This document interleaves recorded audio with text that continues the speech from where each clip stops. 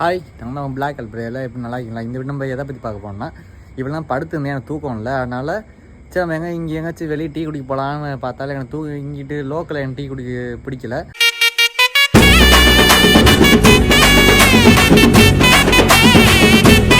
Time பார்த்தீங்கன்னா 11:23 ஆகிடுச்சு. Hi, இப்போ நம்ம எங்கேன்னு பார்த்தீங்கன்னா தாம்பரத்தில் இருக்கோம். அந்த பஸ்ஸு இருக்குல்ல, அந்த பஸ்ஸில் வரும்போது கண்டக்டர் இருந்தாங்க, பஸ்ஸு கண்டக்டர்லாம் ஏறி இருந்தாங்க. அவங்க கேங்காக இருந்துக்கிட்டு நீ என்ன அப்படி இருந்த, நீ என்ன உன் மேலே என்ன கம்ப்ளைண்டாக வந்துருக்கு, என்ன பண்ண அப்படி நிறைய கேட்டுட்டு இருந்தாங்க. எனக்கு அவங்க கேங்கை பார்த்து எனக்கு ஏன்னா திண்டுக்கல் கேங் இருக்குல்ல, அவங்க ஞாபகம் வந்துட்டாங்களா. ஆல்ரெடி ஒரு கண்டக்டர் கூட பேசிட்டு வந்துட்டு இருந்தேன். அவங்கள சேர்ந்து என்னையே உள்ள கம்பேர் பண்ணி விட்டாங்க. இவனை பார்த்தியா, இவன் டீ குடிக்க நைட்டு வெளியே போயிட்டு இருக்கான், அவங்க அண்ணாட்ட கேட்டோம்மா அவங்க அண்ணா விட்டுட்டாரு அப்படின்னு சொல்லிட்டு சொல்லுவான். அண்ணன் கேட்டாரு நீ என்ன தூங்கலாடான்னு. அண்ணே தூக்கலாண்ணே, நான் எப்பயும் இதுமாதிரி எங்கே வெளியே போயிட்டு வருவேன். ஒர்க் போயிட்டு இருக்கீங்க, எங்கே லீவ் போட்டு எங்கே போக முடியுமா இந்த கவர்மெண்ட் ஜாப்பில்? நான் இல்லைடா தம்பி, என்னால் எங்கேயும் போக முடியாது. சரி இல்லைண்ணே, நீ உங்களால் ஏற்காடு இந்த கொல்லிமலை இதுமாதிரி எங்கேயாச்சும் வெளியே போயிட்டு வந்தான் கேட்டேன். நான் இல்லைடா தம்பி, அதுக்குலாம் இங்கே டைம் இல்லைடா அப்படின்னு சொன்னாங்க. அதானே நம்ம இருக்கிற டைமில் நம்ம ஒரு டைம் ஃபிக்ஸ் பண்ணி எங்கே போகலானே, அது மாதிரிதானே நான் டெய்லியில் ஒர்க் போகிறேன், என்னால் எங்கேயும் போக முடியாது. ஏன்னா வீடு சுச்சுவேஷனால என்னால் எனக்கு காசு தேவைப்படுது, அதனால் என்னால் லீவ் போட முடியாதுண்ணே அப்படின்னு சொல்லிட்டு, அதனால நைட்டு எனக்கு ஒரு டைம் எடுத்துக்கிட்டு வெளியே வந்துடுவேனே, போயிட்டு வந்துடுவேன் நான் வெளியில் அப்படின்னு அவட சொன்னேன். ஓகே நல்ல விஷயம் தான். அப்படி அதான் நம்ம ஒரு விஷயம் பண்ணும்போது அதுவே கொஞ்சம் எல்லாத்துக்கும் பெட்டராக இருக்கும், எக்ஸ்பீரியன்ஸாக இருக்கும். நம்ம பண்ணுறது நமக்கு என்ன தோணும் அதை பண்ணிட்டு போயிட்டே இருக்கணும். ஒரு 100 பேர்த்துக்கு ஒரு 10 பேர்த்துக்கு நம்ம பண்ணுறது அவங்களுக்கு பிடிக்கும். ஏன்னா மற்ற பேர்த்துக்கு என்ன சொல்ல தெரியல. எங்கள் தாமத டைம் பார்த்தீங்கன்னா 12:13 ஆகிடுச்சு. தம்பி என்ன திரும்பி டீ குடிக்க கிளம்பிட்டாப்பான்னு எந்த கடைக்கு போகிறேன்னு கேட்டார். 4 ரோட்டுக்கு தானே. இல்லைக்கா, நான் இன்னைக்கு தாம்பரத்துக்கு போகிறேன். தாம்பரத்துக்கு போறியா? இந்த டைமில் ஏன்பா போகிற? நான் ஒர்க் பண்ண கம்பெனியில் இதுவரை நான் 2 வருஷம் கிட்ட ஒர்க் பண்ணிட்டேன். 1.5 வருஷத்தில் என் மேலே அக்கறை கட்டாத இருக்காங்களே, இந்த வீக்கில் எனக்கு அக்கறை கட்டாங்க. ஏன்னா நான் ஒர்க் பண்ண இடத்துல எல்லாரும் லீவு போட்டு வேலையை விட்டுட்டு போயிட்டாங்களா. ஆனால் இப்போ ஆள் இல்லை, இப்போ நான் மட்டும் தான் இருக்கேன். என் டீமில் இன்னும் ஒரு 2-3 பேர் இருக்காங்க. இப்போ நான் தான் அங்கே கொஞ்சம் ஒர்க் பண்ணிட்டு இருப்பேனா, அதனால் இப்போதைக்கு என்கிட்ட மேலே அக்கறை கட்டுறாங்க, ஏதோ பாஸ் வைக்கிற மாதிரியேன்னு. தம்பி என்னப்பா இப்போ என்னடா பண்ணுற தம்பி, அதை அங்கே பாருப்பா தம்பி அப்படின்னு கொஞ்சம் ஓவராக ஏதோ ரொம்ப நாள் பாசத்தை திடீர்னு காட்டுவாங்களா, அதுமாதிரி காட்டிட்டு இருக்காங்க. அது எனக்கு நல்லா தெரியும். இப்போ ஆளு வேணால என் மேலே பாசத்தை கட்டுவாங்கன்னு. அவன்கிட்ட என்ன சொல்கிறேன்னு எனக்கு சுத்தமாக புரியல. எதுவாக இருந்தாலும் இன்னும் நான் என்ன தான் பாச கட்டினாலும் இன்னும் எப்படி இருந்தாலும் இன்னும் ஒரு மாதம் 1.5 மாதம் தான் நான் வேலையை நின்றுவேன். அதுக்கப்புறம் அவங்க என்னமோ பண்ணிட்டு போட்டோம். ஹலோ காய்ஸ், அங்கே ஒரு அண்ணன் திட்டு ஓடிட்டு இருக்காரு. ட்ரெயினுக்கு டைம் ஆயிடுச்சுல.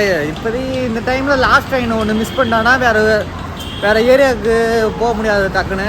நான் இப்போ ஒர்க் போயிட்டு இருக்குன்னா இல்லைண்ணா எனக்கு வர சரியில்லை, என்னால் ஒரு ட்ரெஸ்ஸு கூட என்ன உருப்படியே ஒன்று எடுத்து போட முடியல, எனக்கு மனசு அப்படி வர மாட்டுது. ஆனால் இப்போ ஒர்க்குக்கு முன்னாடி நான் அப்பா காசில் வாங்கியிருப்பேன்ல, அப்பா காசு வாங்கும்போது நான் எனக்கு பிடிச்சது அது காசு அதிகமாக இருந்தாலும் கம்மியாக இருந்தாலும் எவ்வளோ இருந்தாலும் நான் போய் பை பண்ணி வாங்கிடுவேன் அப்பா காசில். இப்போ என் காசில் நானும் பை பண்ணுன்னு நினைக்கிறேன், ஆனால் எனக்கு பை பண்ண எனக்கு தோண மாட்டேங்குது. கஷ்டப்பட்டு காசு சேர்க்குறோம், இந்த ஒரு ட்ரெஸ்ஸு கண்டி ஒரு 1000 ரூபா போயிடுதுன்னு நான் ரொம்ப ஃபீல் பண்ணிட்டு இருக்கீங்க. அப்பா வீட்டுக்கு நம்ம நிறைய ட்ரெஸ்ஸு நமக்கு தேவையான பண்ணி கொடுத்தாரோ, அவருக்கு எதுவும் பண்ணிக்க மாட்டார். அதே மாதிரி இப்போ என்னால் எனக்கே எதுவும் பண்ண முடியலங்க. எனக்கு பண்ணுறதுக்கு நான் வீட்டுக்கு ஏதாச்சும் பண்ணிட்டு போயிட்டே இருக்கலாம்.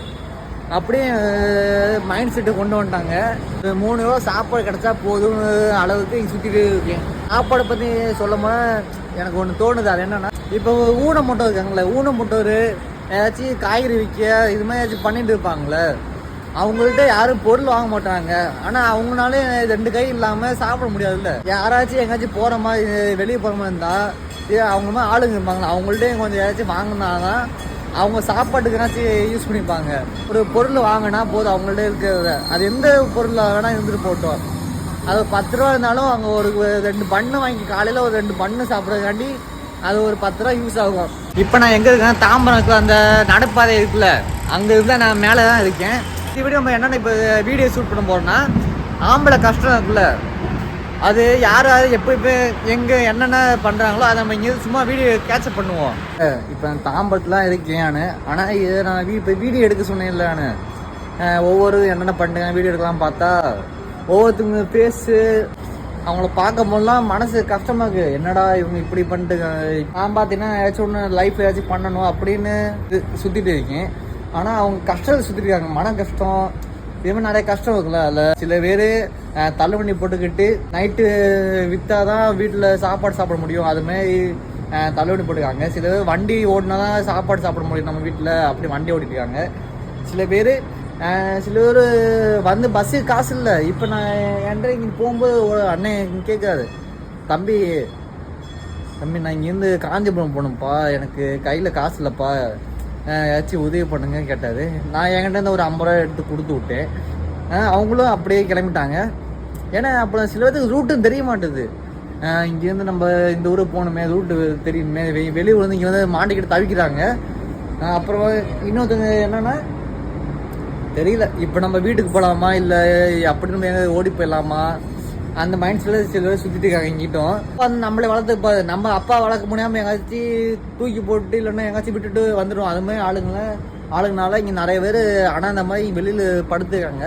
ஆனால் அவங்களுக்கு ஒரு குடும்பம் இருக்குது, அதான் கொஞ்சம் கஷ்டமாக இருக்குது. நான் அவங்கள வீடியோ எடுத்துக்கலாம் பார்த்தேன், ஆனால் என்னை வீடியோ எடுக்க எனக்கு பிடிக்கல. அவங்கள கூட்டி போனால் எனக்கு சந்தோஷமாக இருக்கும். எனக்கு மட்டும் இல்லை, இந்த கடவுள் இந்த உலகத்தில் எந்த கடவுள் வந்தால் சந்தோஷம் ரொம்ப படுவார். அம்மா அப்பா எங்கே நீங்கள் விட்டுருங்க உங்களுக்கு நல்லா தெரியும், அங்கே வந்து நீங்களே கூட்டிகிட்டு போங்க. நான் இந்த வீடியோ பதிவு பண்ணிக்கிறேன். சல்லிகை படம் வந்து ஓடிடி ரிலீஸ் ஆகிருக்கு, ஜனநாயகம் ஒத்திவைக்கப்பட்டு உள்ளது. இது ஏன்னா இப்போ சொல்கிறேன்னா, அந்த சல்லிகை படம் எனக்கு திரையில் வந்தால், தமிழ்நாட்டு திரைக்குள்ளே வந்தால் ரொம்ப சந்தோஷமாக இருக்கும். அப்போ ஜனநாயகம் ரிலீஸ் ஆனால் ரொம்ப சந்தோஷமாக இருக்கும். ஏன்னா நம்ம இப்போ வர ஜெனரேஷனில் நம்ம தமிழ் வரலாறுல டேரக்ட் பண்ணுறதுக்கு நிறைய பேர் யங்ஸ்டர்ஸு இப்போ ஆர்வம் கொண்டு சுற்றிட்டுருக்காங்க. ஏன்னா சப்போஸ் நானே எனக்கு படம் எடுக்க எனக்கு ஆசையாக இருக்குது, மூவி எடுக்கணுன்னு. அதுக்காக நானும் இங்கே சுற்றிட்டு இருக்கேன் எங்கேன்னு. அதுக்காக இப்போ நம்ம ஒரு குரலை கொடுத்தாதான் இது நம்ம வர யங்ஸ்டர்ஸ்லாம் நிறைய மூவி பண்ணுறதுக்கு ரெடியாக இருக்காங்க, அவங்களுக்கு ஹெல்ப்ஃபுல்லாக இருக்கும். இப்போ வர தேட்டரில் பேன் பண்ணாங்கன்னா அப்போ அவங்களாம் நம்ம என்ன எங்கே போவாங்க? அப்போ அவங்க மைண்ட் செட்டே போய்டும், இது நம்ம தேட்டர் இப்போ நம்ம படம் எடுத்தால் நமக்கு லைஃப் ஃபியூச்சர் எல்லாமே ஃபெயில் ஆகிரும், ஆனால் நம்ம வேணாம், நம்ம இப்போ வேலையை பார்த்துட்டு போவோம் அப்படின்னு நினைப்பாங்க. அதனால் இப்போ தான் கொஞ்சம் கொஞ்சமாக நம்ம காப்பாற்ற நினச்சாதான் நம்ம தமிழை திரும்பி நம்ம மீட்டு கொண்டு வர முடியும். ஏன்னா பழைய நாகரிகம் எல்லாமே அழிஞ்சு போயிட்டு இருக்கு, புத்தகம் எல்லாமே அழிஞ்சு போச்சு. ஏன்னா திருக்குள்ளா என்ன கேட்குறாங்க இப்போ வர குண்டு தூளும் தாம்பரம் வந்த வேலை முடிஞ்சிச்சு. டீ குடிச்சா அதுவும் ஓவர் ஆயிரும். இவ்வளோ தூரம் 10 கிலோமீட்டர் ட்ராவல் பண்ணி நிறைய பேர்த்து பேசிட்டு இருந்தேன், அது எனக்கு ரொம்ப ஒரு பாசிட்டிவாக எனக்கு தோணுச்சு. இன்னும் நம்ம நிறைய பேர்த்து இன்னும் பேசணும், எவ்வளோ பேர்த்து என்னால் பேச முடியுமோ அவ்வளோ நான் இன்னும் பேசிகிட்டே இருப்பேன். இதில் இன்னும் லாஸ்ட்டாக ஒன்று சொல்லிக்கிறேன். முக்கியமாக இந்த உலகத்தில் எல்லாரும் பண்ணுறது ஒன்று தான், பணத்துக்காக வாழ்க்கையை தொலைக்கிறீங்க. தயவுசு அதை முன்னும் கொஞ்சம் மாற்றிங்க. கொஞ்சம் காசு கிடச்சா கொஞ்சம் ஒரு வருஷம் ஒரு 6 மாதம் கூட எங்கேயாச்சும் நல்லா சுற்றி போட்டு அதுக்கப்புறம் நீங்கள் திரும்பி வேலைக்கு ஜாயின் பண்ணுங்கள். ஏன்னா பணம் போனால் திரும்பி கிடைக்கும், வாழ்க்கை போனால் திரும்பி வராது. அதுன்னு இந்த வீடியோ சொல்லிக்கிறேன். ஏன்னா எல்லோரும் அந்த ஒரே தப்பு தான். வாழ்க்கை இப்போ பிறந்துட்டீங்க, வளர்ந்துட்டீங்க, காலேஜ் போயிட்டீங்க, அதை முடிச்சுட்டு வேலைக்கு போகிறீங்க. ஆனால் வேலைக்கு போயிட்டு அடுத்த ஒரு 6 மாதம் நீங்கள் கன்ஃபார்மாக நீங்கள் ட்ராவலிங் பண்ணியே ஆகணும். ஏன்னா வாழ்க்கை பயணத்தான் தான் நீங்கள் அடுத்து முன்னேற முடியும். அப்போ தான் நம்ம ஏதாச்சும் ஒன்று அடுத்து நல்ல விஷயம் நல்லது எது பண்ணாலும் நல்லா ஸ்ட்ராங்காக பண்ண முடியும், நிறைய ஐடியாஸை கிடைக்கும்.